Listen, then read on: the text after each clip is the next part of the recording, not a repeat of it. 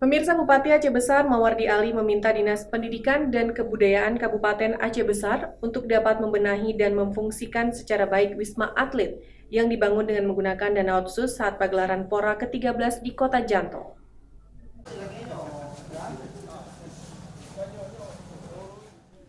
Wisma Atlet merupakan penginapan pertama yang ada di Kota Janto sejak berdirinya ibu kota Aceh Besar tersebut, dan desain infrastrukturnya mengikuti struktur tanah dengan bentuk kotek.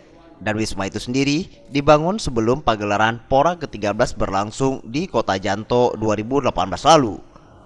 Saat berada di lokasi wisma, Bupati melihat semua ruangan dan fasilitas yang tersedia di gedung aula dan kotek penginapan. Usai melihat semua pembangunan dan fasilitas yang ada, Bupati Aceh Besar Mawardi Ali meminta kepada Dinas Pendidikan dan Kebudayaan Aceh Besar untuk dapat memfungsikan gedung dengan menggelar berbagai kegiatan yang nanti dipusatkan di lokasi itu. Ini Wisma Atlet. Wisma Atlet ini lahir karena dengan adanya Pora yang ke-13 kemarin di Kabupaten Aceh Besar. Wisma Atlet ini dibangun dengan anggaran khusus provinsi.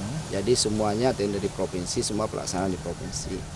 Tapi kita menerima manfaat ini. Manfaat ini sangat berharga bagi kita. Tentu pada saat pertama pemanfaatannya masih banyak yang kurang-kurang.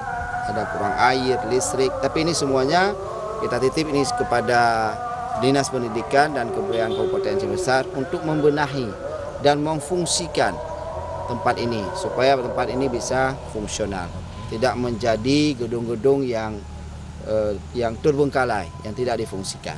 Jadi saya sangat berterima kasih kepada Dinas Pendidikan dan Kebudayaan Kabupaten Aceh Besar yang sudah memfungsikan tempat ini sehingga tempat ini tidak tersia-siakan.